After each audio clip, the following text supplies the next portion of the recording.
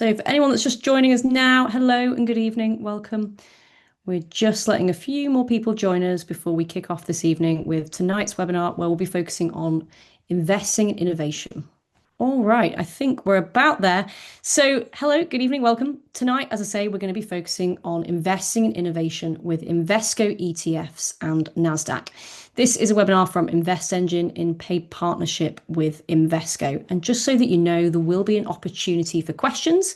So please feel free to pop any questions that you might have in the Q&A box. We really do ask that you keep questions in there so that we can make sure that we try and get through them. And there'll be an opportunity to come to them at the end.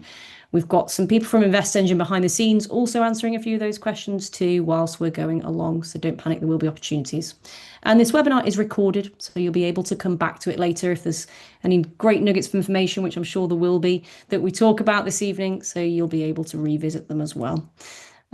So as we say that, I'm here tonight with the wonderful speakers that we've got. We've got Dr. Chris Meller, who is head of EMEA ETF Equity Project Management from Invesco. We've got Paul Schroeder joining us from the US. It's actually morning for him. I keep saying good evening, but it's not for Paul.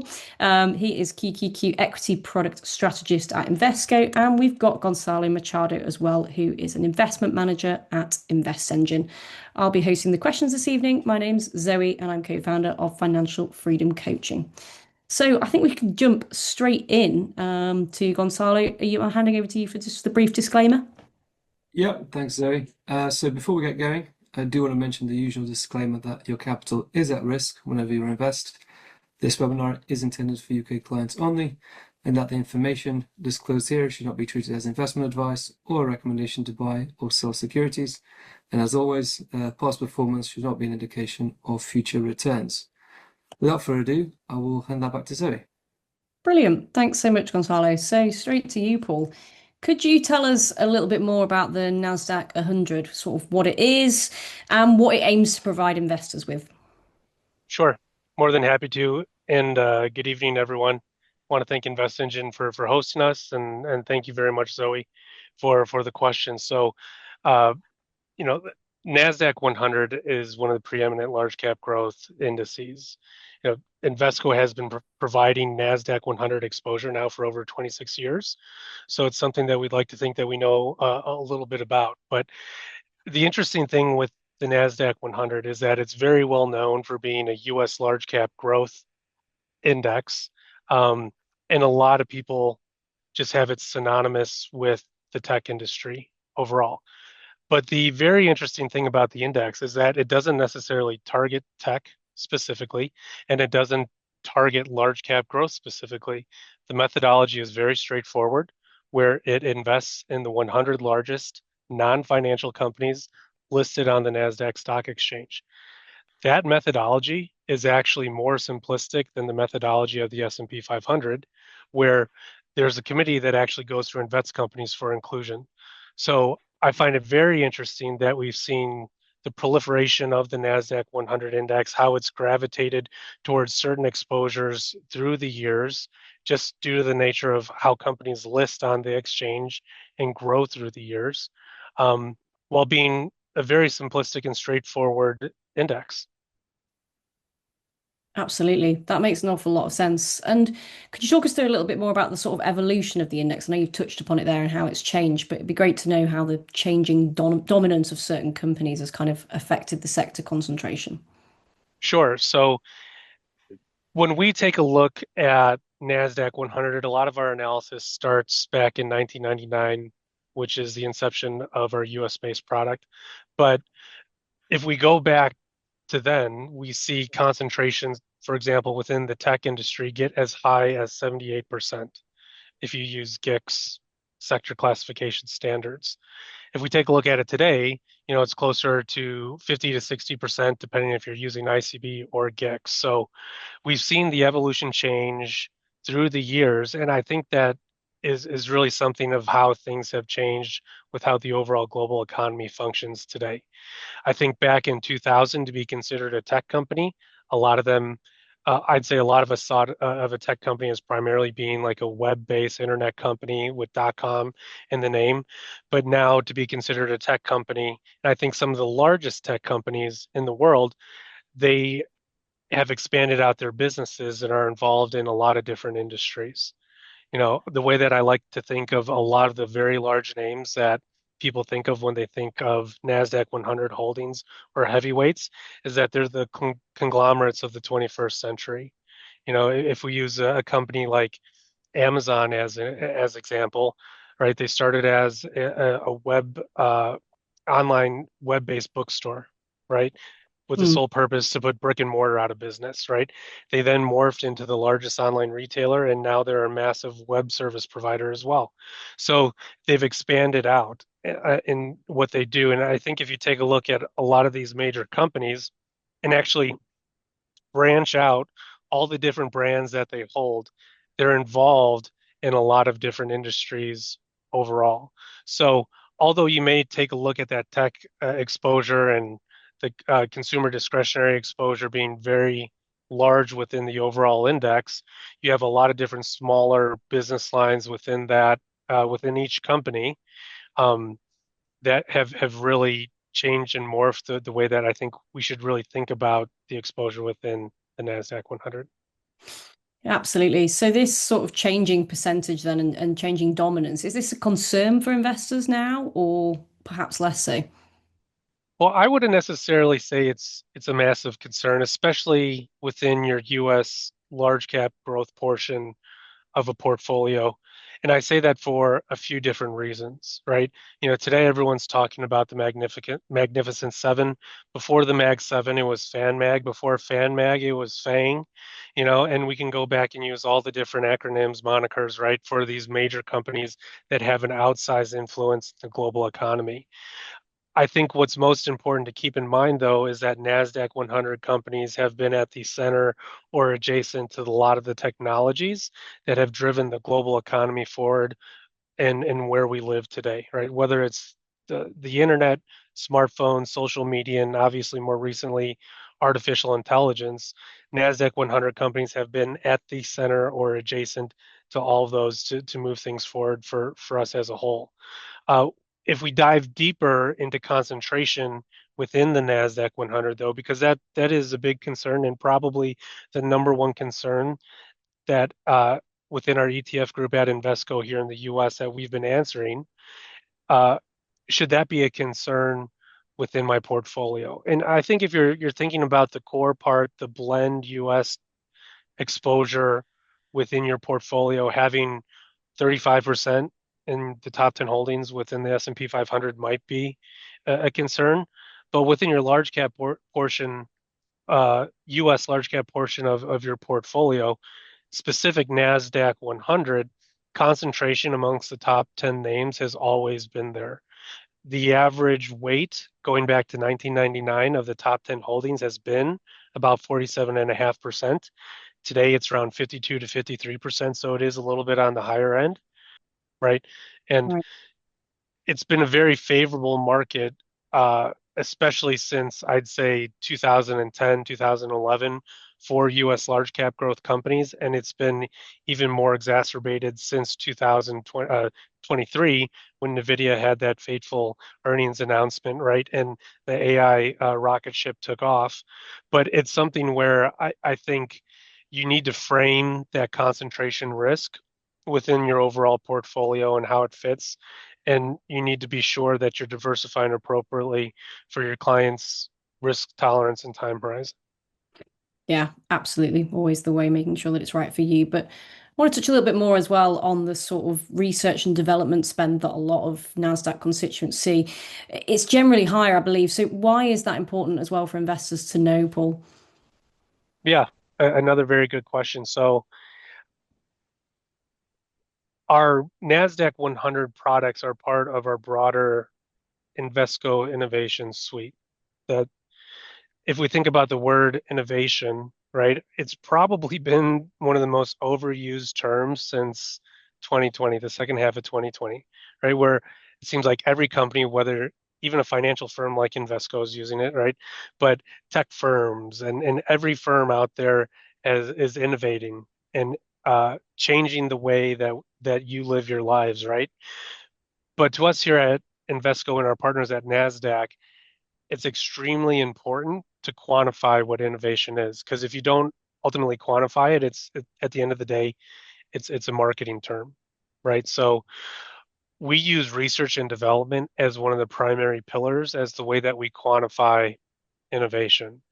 Uh, and what we see from the Nasdaq 100, just to put some numbers and figures behind it for everyone, is that your average Nasdaq 100 company is spending about 17.7 billion on research and development in a given year.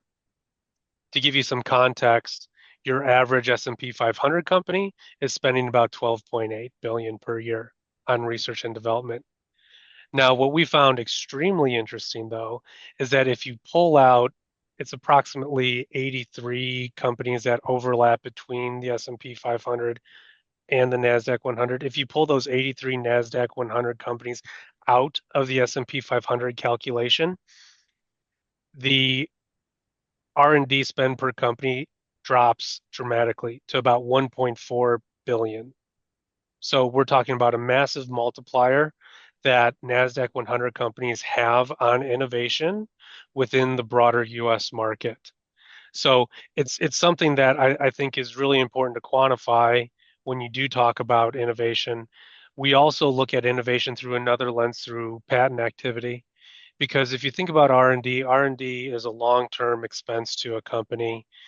With the new um, regulation that moved in with the big beautiful bill that the administration was able to pass here in the US, they're able to deduct R&D expenses a little bit quicker than what they have before. But at the end of the day, a company isn't spending R&D to see ROI on that next quarter or the quarter after. It's a multi-year investment, essentially into the future of the company. So in the intermediate term, until that gets put into a revenue generating product, we like to see patent activity along the way. And we see outsized patent activity from NASDAQ 100 companies into very relevant themes like natural language processing, chatbots, et cetera, themes that are very relevant to today's um, topics that I think investors are interested in, but also into other themes that I think that people wouldn't expect out of a NASDAQ 100 company, things like clean energy, things like crypto and blockchain. These companies are filing patents on. So again, all this to say that R&D is a key quantifiable metric used to quantify innovation, which we believe has ultimately led to stronger fundamental growth and the outperformance that we've seen from the NASDAQ 100.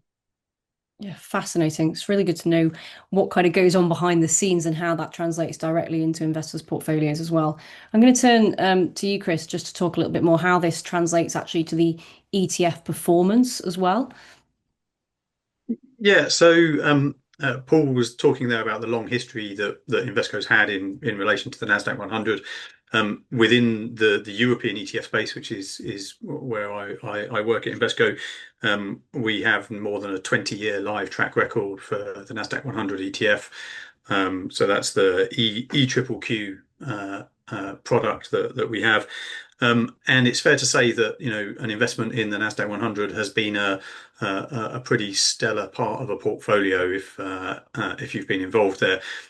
Again, to throw some numbers out there, if you'd invested since the product went live just over 20 years ago, you'd have seen something like a 17-fold increase in the value of your asset if you'd been reinvesting dividends back into the fund.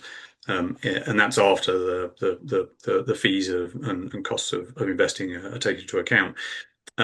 I guess to put it into context, you've also seen the Nasdaq 100 outperforming versus the broader US market if you measure that using the S&P 500. Again, Invesco's been in the market for a long time in that space as well. Our S&P 500 product, SPXS, was launched more than 15 years ago. And we've seen something like almost 4% per annum outperformance from the Nasdaq 100 product compared to the S&P 500 ETF over the 15 years where we've got a sort of a joint performance period. So clearly that growth story and the product of that R&D spend that Paul has been talking about has certainly come through in performance. It is worth saying that if you're investing in something like the Nasdaq 100, it does tend to have a slightly higher volatility of performance than a broader index like the S&P 500. But if you adjust the performance numbers for that slightly higher volatility number, you still end up with better returns on a risk-adjusted basis as well. The other way you can think about performance is to look at what investors have been doing as well. And certainly, the EQQQ has been a very successful product for us. To put it into context, this year, even though we've had a sort of slightly bumpy ride for the US market and for the Nasdaq 100 as well, this year, we've seen around about $2 billion of inflow into the Nasdaq 100 products. Of that, about 1.3 billion has gone into the EQQQ. We also have a swap-based or synthetic ETF version of the Nasdaq 100, which has seen a little over $500 million of year-to-date flows as well. Investors have been using that because you get a performance advantage through the swap structure, and we've talked about that on previous webinars. So hopefully you tuned in for those as well. But it's also worth saying that we've seen, a couple of $100 million into things like the Nasdaq 100 ESG version, as well as interest in other Nasdaq benchmarks that we offer ETFs on.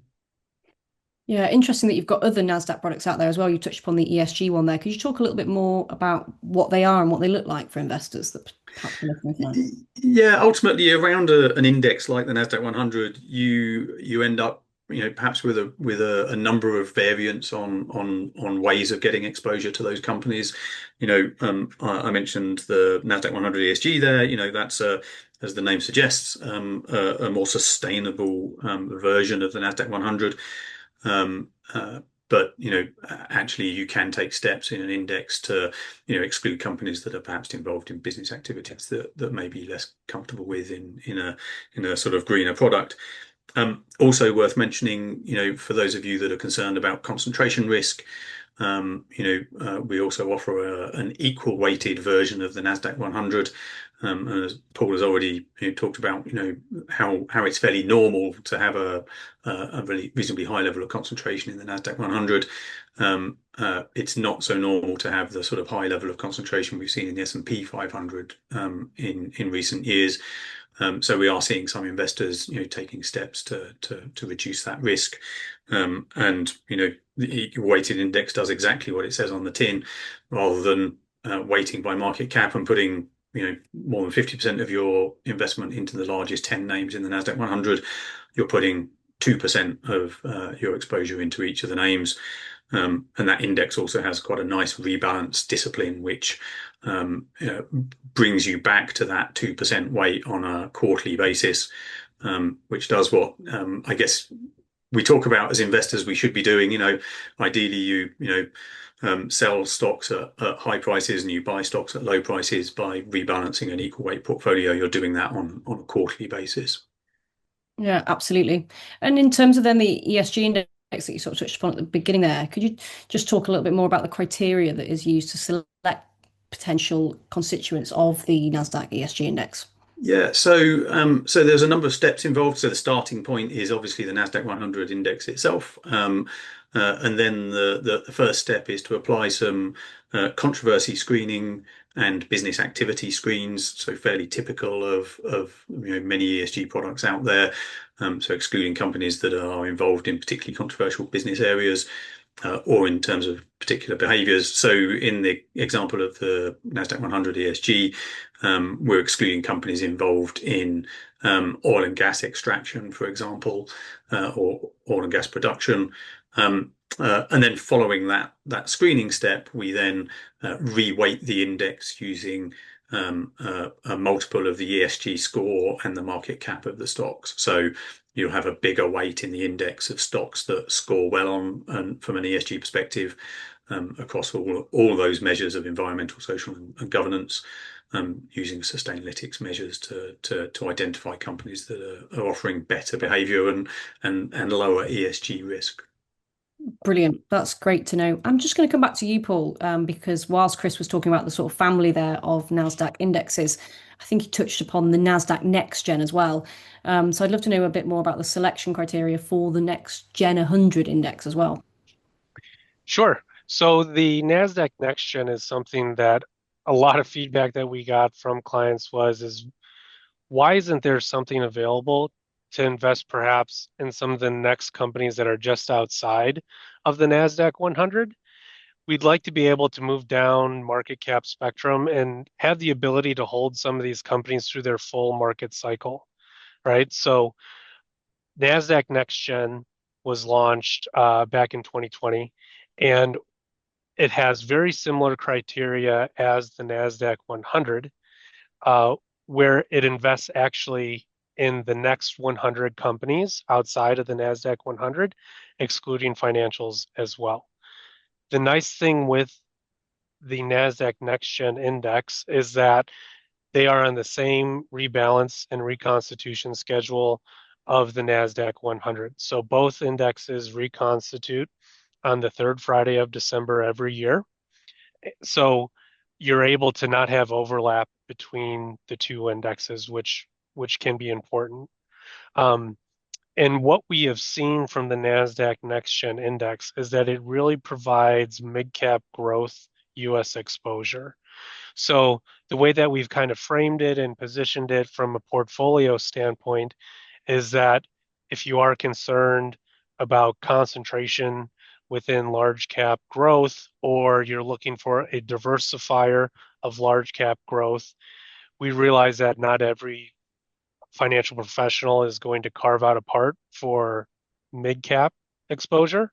But I think in light, especially now where we are today, where the market is today in the US, where small cap has continued to underperform, I'm seeing, from a USD standpoint, Russell 2000 returning about 8.8% year to date. People have been moving slightly up in the market cap spectrum to mid cap. And mid cap has been that sweet spot where you don't have exposure to Mag 7 if you're concerned about the trends that are there, and you're not taking on as much risk, and they haven't been as hurt from an earnings announcement perspective, as well, or earnings growth perspective, I should say, that small cap has had. So we've actually seen Nasdaq Next Gen perform very well. It's actually outperformed the Nasdaq 100 year to date by about 20 to 30 basis points. So going into next year, if we foresee in the US that it's going to be business as usual, right? I think the announcement from the Fed today will be has the potential to have a lot of impact on what the market does for the remaining part of the year and going into 2026. But I think if it's a predictable message from the Fed, and we don't see the liftoff from small cap that I think all of us have been hoping and waiting for, Nasdaq Next Gen may be able to fill that portion of the portfolio by moving down market cap spectrum. Yeah, brilliant. And of course, we're on a very telling day, I think, as you mentioned, all awaiting that decision. So, Gonzalo, I'm going to come to you just to have a quick look at what these Invesco ETFs tracking the Nasdaq 100 are available on InvestEngine and what that looks like for retail investors listening today. Yeah, sure. So we've got over 60 ETFs on the InvestEngine platform by Invesco. As we touched upon, we've got the Nasdaq 100 ESG, the equal weight product, the swaps-based product, Next Gen 100, and we also have the more plain vanilla, I'd say, both in FX hedged flavor and unhedged. So those are the main main ETFs that we have tracking the Nasdaq we've got the main ETFs tracking the Nasdaq indices. Brilliant. So quite a big range there. And as we've sort of spoken throughout the webinar, both Paul and Chris have weighed in on what they can look like from a performance perspective. But I'd love to know a bit more about the sort of general demand of Nasdaq on InvestEngine and generally if there are more popular ones too. Sure. So I actually took a look at the flows of last year and 3 years into these particular products. Invesco have been one of the most favorite product providers when it comes to Nasdaq ETFs, which is good to hear. But mostly we see a lot of clients allocating to global trackers, S&P 500, slightly more esoteric market risk. but we do see about 15% of clients that do allocate to US securities, put potentially a satellite position into a portfolio, or have a portfolio that has a slightly smaller holding into the Nasdaq products. So we've seen clients use this in all sorts of wonderful ways. Lots of different ways. Okay. And if you're looking at it then from a sort of UK investor perspective, how does exposure to the Nasdaq 100 fit into a more diversified portfolio for those living here? Sure. So Nasdaq ETFs feature some of the largest non-financial companies listed on the Nasdaq exchange, as we just touched upon. Strong focus on tech with Apple, Microsoft, Nvidia, and a bunch of others. What this does, it's compared to the UK sectors, which are predominantly leaning towards the service sector, banks, energy, and consumer staples. Having a Nasdaq ETF onto a portfolio does add benefits of potential growth and diversification, as Chris touched upon earlier. But let me home in again that it's not uncommon for us to see a smaller satellite holding within an investment portfolio in order to complement broader global or diversified funds, rather than just forming a global core investment thesis there. Yeah, definitely makes a lot of sense. And in terms of InvestEngine's features as well, thinking of it from that UK investor perspective, is there anything that can help you invest into the Nasdaq 100 feature and products that we've spoken about tonight? Yeah, so InvestEngine is actually a great platform for this. Obviously, I would say that, but we've got features such as fractional investing, which allows you to invest into an ETF on a fractional basis, which means if you want to allocate small quantities of cash into a number of ETFs, rather than you buying the whole share, you can just buy a fraction of it. In terms of the types of accounts that we currently have SIPs, general investment account, and ISAs, individual savings accounts. So there's great wrappers that our investors can come into when looking to allocate cash. On top of that, we also have savings plans, which allows you to invest X amount on a monthly basis. And we also have a feature called Auto Invest, which invests any spare cash in line with your target weights, should you want to. And on that note, it may be best for me to jump on a platform demo.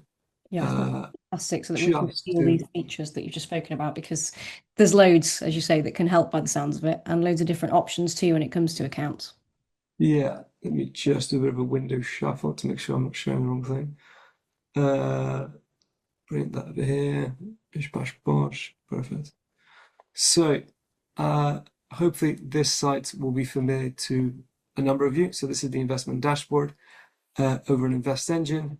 And over on this side, we have all the ETFs that Invesco offer. If we look at the Nasdaq 100, which would be quite appropriate in this case, I'll just bring that over here.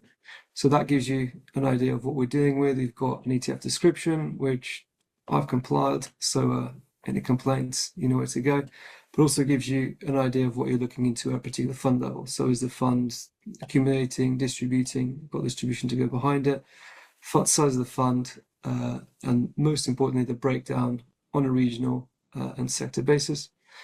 If we look at the platform and how easy it is for you to build a portfolio, just create a portfolio here. In this case, we're doing one that's just do it yourself. And then if we just dig into some of the Invesco range that we've just explored, it would be rude of me not to include the Nasdaq 100 in this particular occasion.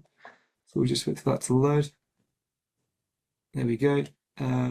Assuming an investor is happy with everything that they have seen, you can just click on add to portfolio.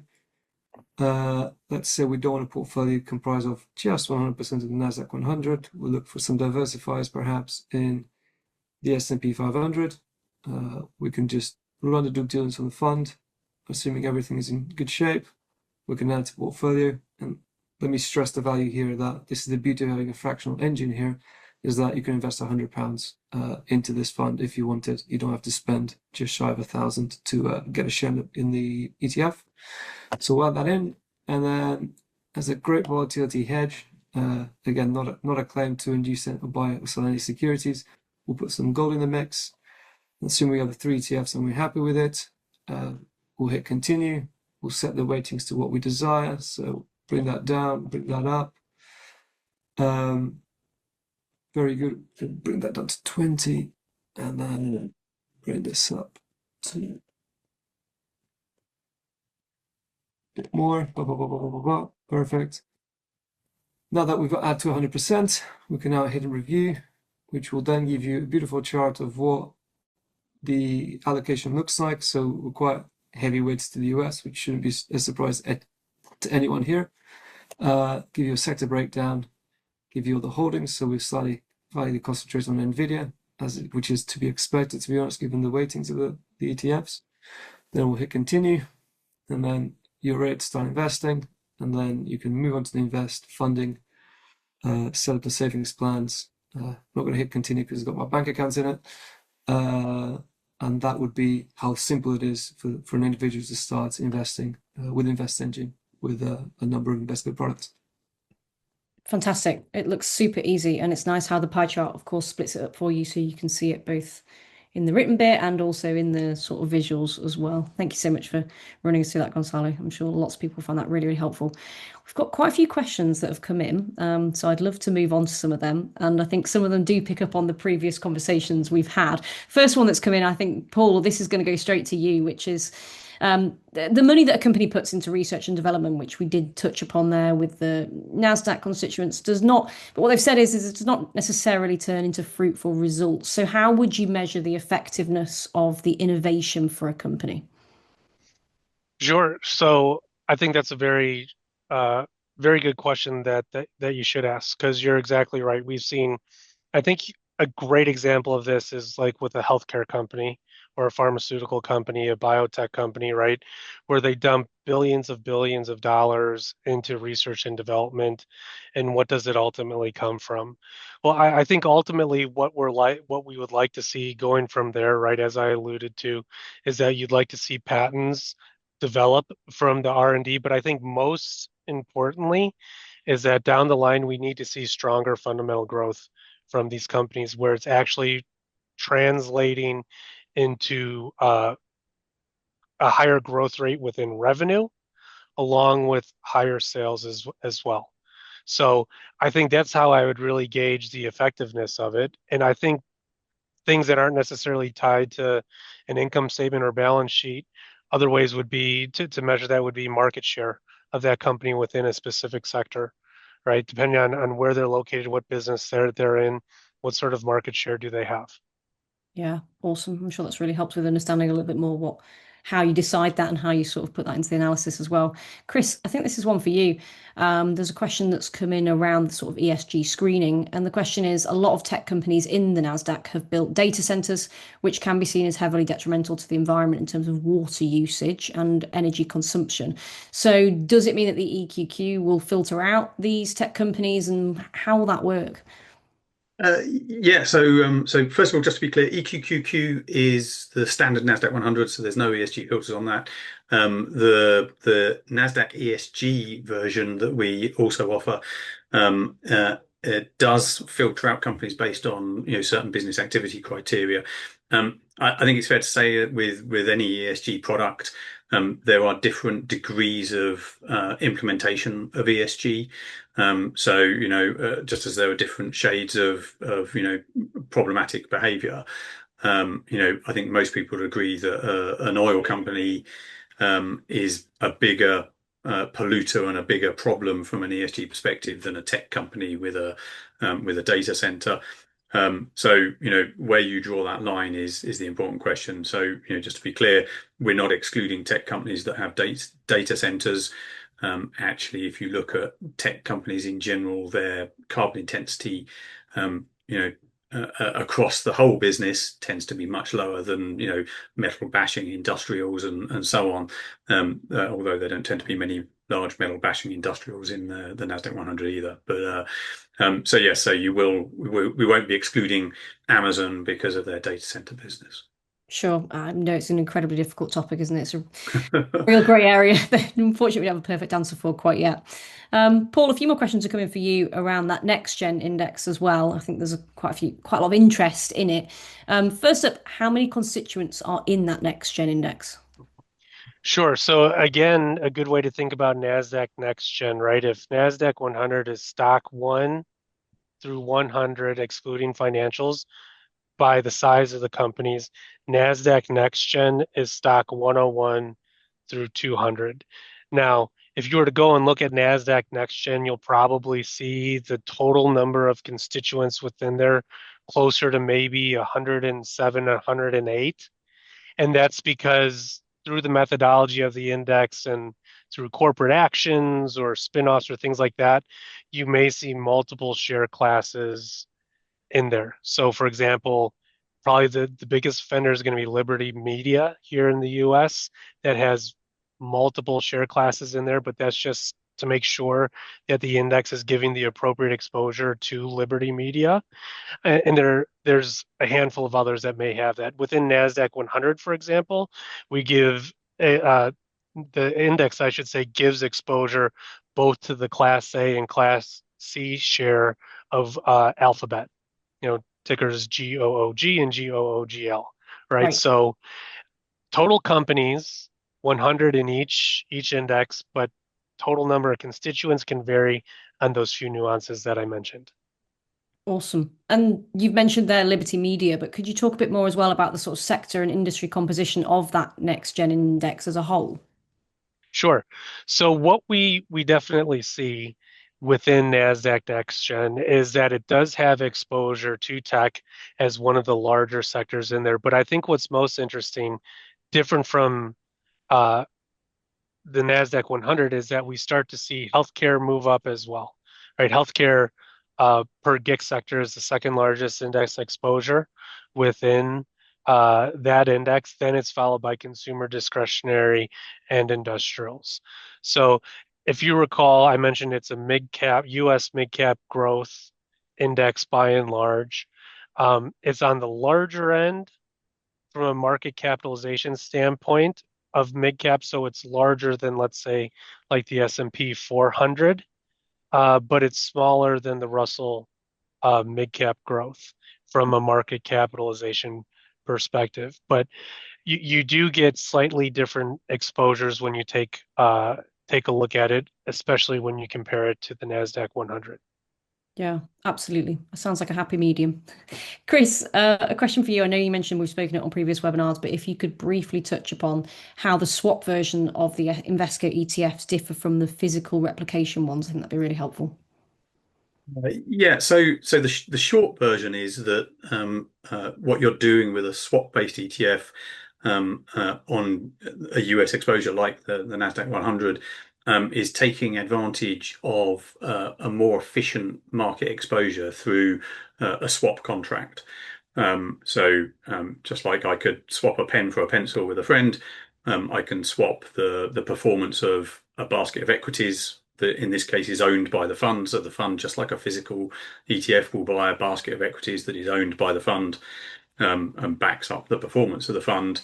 The difference between a physical fund and a swap-based fund is that that basket won't necessarily be, in this example, all of the constituents of the Nasdaq 100.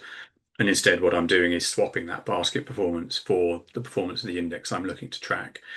The reason we're doing that is that there's a piece of legislation in the US that actually allows our swap counterparties to pass through gross performance. With zero withholding tax applied on any distributions from the companies that are in the index through to the fund, less management fee and less swap fee, obviously. For our standard physical fund, what we're getting is a 15% withholding tax applied, and that's an improvement on the standard 30%.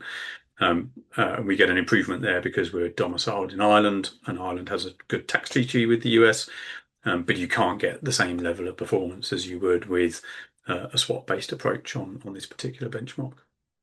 Brilliant. That's really good to know. Thank you. And we've had one come in as well. I think it's probably for Paul and Chris. You could both give it a go. But it's asking, in light of the China ban on Nvidia chips, the sort of perspectives of and current perhaps worries for investors on the QQQ and the CQQQ as well. I'll let you go first, Chris, as you're already there. Yes. Just to be clear, CQQQ is a US ETF. In our European product range, we have a couple of products that also give exposure to the China tech story. So that's we have an MSCI China technology product, and we also have a relatively new product, which is the Chinex 50, which is focused on the 50 largest, most innovative stocks on the Shenzhen Stock Exchange. In terms of playing that story, I guess it boils down to, do you think that Nvidia is going to do worse than a China tech company because of the ban on selling chips to China? I guess from a company perspective, it's probably good news if you're a Chinese tech company. You're no longer competing with Nvidia. It's possibly also bad news because you might have wanted to use Nvidia's chips in your technology as well. So, there's a bit of swings and roundabouts there. But certainly, if you have that view, we have products that can allow you to express that, whether it's pro or against the China tech or the US global tech story.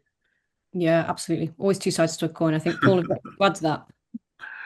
Yeah, so I think that's a very good question. Obviously, it's very fresh news, right? In concern, I think the RTX 6000, right, are a lot of the headlines that I read this morning concerning it, right? I think back to the situation that Apple faced, where it's obviously not comparing apples to apples, right? But there were bans on use of iPhones by certain employees, government employees within China, right? And the concern about the effect that might have on Apple's overall earnings picture.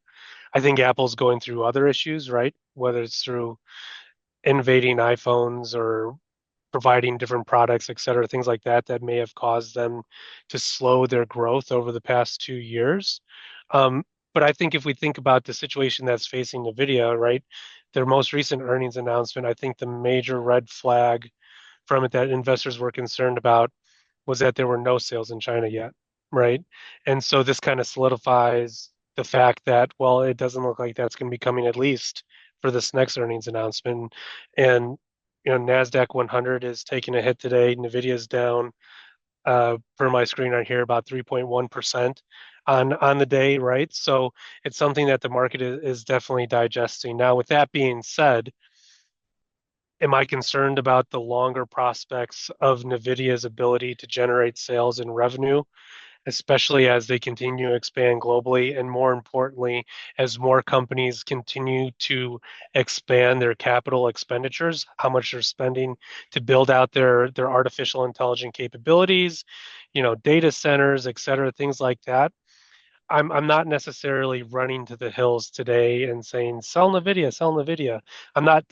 Just to be clear, I'm not saying go out and buy it either, right? But what I'm saying is that I think we definitely need to keep an eye on what's going on, because as we've seen solely from this year, that news on a given company or even on uh, the geopolitical stage can change very quickly. Sometimes it's by a social media post, right? So we'll have to see how things adjust through time, if relations between China and the US uh, get better as time progresses. If they do, there's probably a chance that things could adjust and change in NVIDIA's favor. But for now, it's definitely something I'm watching very closely. Yeah, absolutely. Well, thank you so much, all. I can just see that we're reaching time. That's been super informative. Thank you for bringing all your questions as well and for dutifully answering them, Paul, Chris, and Gonzalo. I'm sure that's been great for all those that attended. And as we did mention, this will be recorded and you'll be able to find it afterwards. Have a lovely evening and thanks for joining us.